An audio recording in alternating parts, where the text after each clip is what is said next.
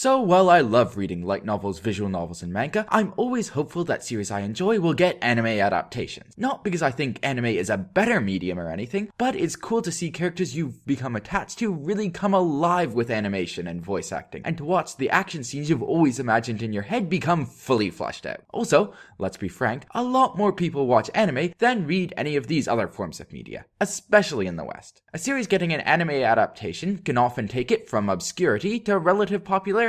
And while I'm sure some hipsters would disagree, I kind of like seeing stories I enjoy become more mainstream and getting the attention they deserve. With all that being said, I'll be presenting a list of 7 series that I'd really like to see get anime adaptations. Any series that's on the list I've already read and could happily recommend to other people. But it's not a best of list, because to be frank, while I have read hundreds of series, I'm sure I'm still missing lots of great stuff.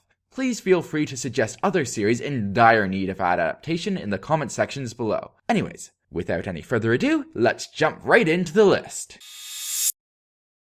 Siren is an action shonen manga where our protagonists receive special calling cards from a bizarre clown-looking creature called Nemesis Q. Anytime they get called, they are transported to a future Japan, which pretty much looks like an irradiated desert with a lot of ugly-ass humanoid bug-looking things that are rather into homicide. They then need to find an escape point to return to present day, and this process repeats. Oh, also, they're given the incredibly vague directive by Nemesis Q to change the future. And apparently, Future Air gives you the ability to use magical powers called Psi, which makes this directive seem somewhat less impossible. Siren is actually finished, which means it would avoid all the crap that most long-running action shonen manga adaptations do when they don't want to get ahead of their source material. No need to slow down the anime's pace to a crawl, have loads of crappy filler, have interesting anime original endings, or frustratingly long hiatuses. The fact that you could just tell the full story, well-paced, in one go would elevate it well above many popular shonen shows. In terms of total length, I figure it would probably take about 60 episodes or 5 seasons, so roughly about the same length as FMA Brotherhood. Obviously, this would require a significant investment from the studio to do it properly, but I think it has great potential. Next on the list, we have the visual novel G-Senjou no Maou, where, through the eyes of a son of a powerful Yakuza boss, you watch the genius heroine Haru and the mastermind villain Maou repeatedly clash in battles of wit. Haru, a high school girl, seeks to obtain revenge on Maou for events in her past, and the two of them play a game of cat and mouse as Yakuza turf wars, corporate corruption, and terrorist activities swirl around them. While G-Senjou no Maou does have multiple heroines and routes, most of the plot for the routes is incorporated into the main storyline, with just small branches out to the side for each of the individual heroine endings. This means you can easily just follow the main route through to Haru's ending without losing too much, and makes it far easier to adapt than your average visual novel. Also, the story's not all that long, so it could probably be fit into one season without too much trouble. Although I'd probably like to see it get 2 to do it full justice. Honestly, given its popularity within the visual novel community, and how well it lends itself to an adaptation, I'm kind of surprised it hasn't got one yet.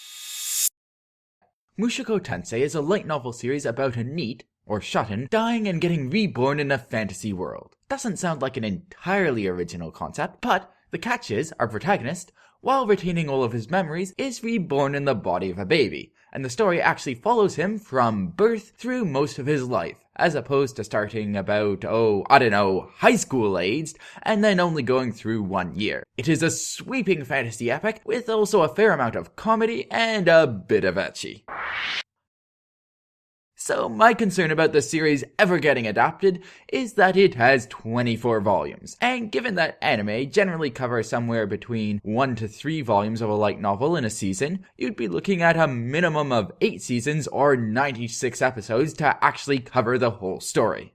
Honestly, I'm not sure it'll ever get enough popularity to warrant that, given that a certain magical index, which was very popular in Japan and roughly the same length as this story, only got 48 episodes in its anime adaptation. Also, this story has a number of time skips which might make it difficult for adapters to handle. In the manga and Cassandra, one of our 2 protagonists, Banjo, has a book with a whole bunch of pictures predicting future tragedies, including his own death at age 20. His goal is then to prevent all the tragedies in the book from occurring, and therefore invalidating its prediction of his own death. Banjo doesn't have any special powers, but since he knows he won't die until he's 20, he takes advantage of this by pulling crazy stunts that would get most people killed. Also, our other protagonist, Beku, can see future tragedies when she looks into a mirror, and acts as something of a partner for Banjo. And Cassandra is very short, with its entire story being told in only a pair of volumes. It could easily fit into a single season, or even just a couple of OVAs. I would love to see it adapted, since I think it tells a great story. But I figure realistically, this is one of the least likely series on this list to actually get an anime adaptation. It's at least 8 years old at this point, and as far as I know, it's never had a significant amount of popularity anywhere, so sadly it will probably just sink into obscurity. So this may be a bit of repetition for people who follow my channel, since the last video I did before this was a review of the visual novel Swan Song, but I think it's worthy of this list, so let me talk about it again. Swan Song is set in a Japanese town in December in the immediate aftermath of some giant worldwide calamity, which at least in the local area manifested itself as an earthquake. This story follows a group of university students trying to survive in these harsh conditions, and dealing with some of both the best and the worst humanity has to offer. Swan Song really only has one route, and it has a story that's short enough to fit into one season, so it seems like it would be a great candidate for an anime adaptation. Admittedly, it has some fairly graphic scenes that would need to be censored, but there's lots of series like that have had a fairly successful adaptation, so I'm hopeful about this one. In Defense Devil, we follow Mephisto Kukabara, a devil that has been banished from hell. In order to return, he needs to gather dark matter, which he can claim by proving the innocence of souls of falsely sentenced sinners. So in other words, you get to watch a devil act as a detective and a defense lawyer trying to save human souls from eternal damnation. Just a bit different from the stereotype you generally have about devils. Oh, incidentally, this story is fairly lighthearted, so expect something rather closer to the tone of Blood Lad than something like Death Note. Well, for this series, my main concern with the adaptation is that the style of plot in the manga switches from being episodic to just following one main plotline about 20 chapters in. From my experience, anime doesn't always do a great job at that type of transition. I'm looking at you, Charlotte, and I could very easily see an anime adaptation taking way too long to get to the meat of the story. Other than that, I figured this series would need at least 2 seasons to do a reasonable job telling its story. I know this series was reasonably popular on a lot of English language manga sites when I was reading it, but I have no clue how well it did in Japan, so I'm not overly optimistic about it getting an anime adaptation. Lastly, I'll actually be talking about a Western novel. So, some of you might not be aware of this, but Howl's Moving Castle is actually based off an English novel of the same name by Diana Wynne Jones. And there are 2 other books she wrote set in the same world. One of these is Castle in the Air. No relation to Ghibli's Castle in the Sky. It follows Abdullah, a young daydreaming carpet merchant who has a chance meeting with the Sultan's daughter, and subsequently embarks on a voyage to find her after she's kidnapped by an evil Djinn. It's funny, it satirizes lots of fantasy tropes, and also does a great job at romance.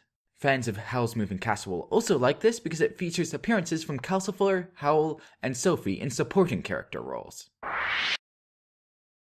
So, as far as I know, Studio Ghibli has kind of been in a state of limbo after Miyazaki announced his retirement in 2014. They haven't produced any feature films since, though they are currently involved in one co-production. I would love to see them adapt this book in the same manner that they did with its predecessor, but as far as I can tell, no one knows if they're ever going to return to producing feature films, so God knows if this would ever happen. Anyways, that concludes this list video. As I mentioned earlier, if there's any series you'd really like to see get an anime adaptation that I didn't mention, please tell me in the comment section below. Thank you all for listening. Cheers!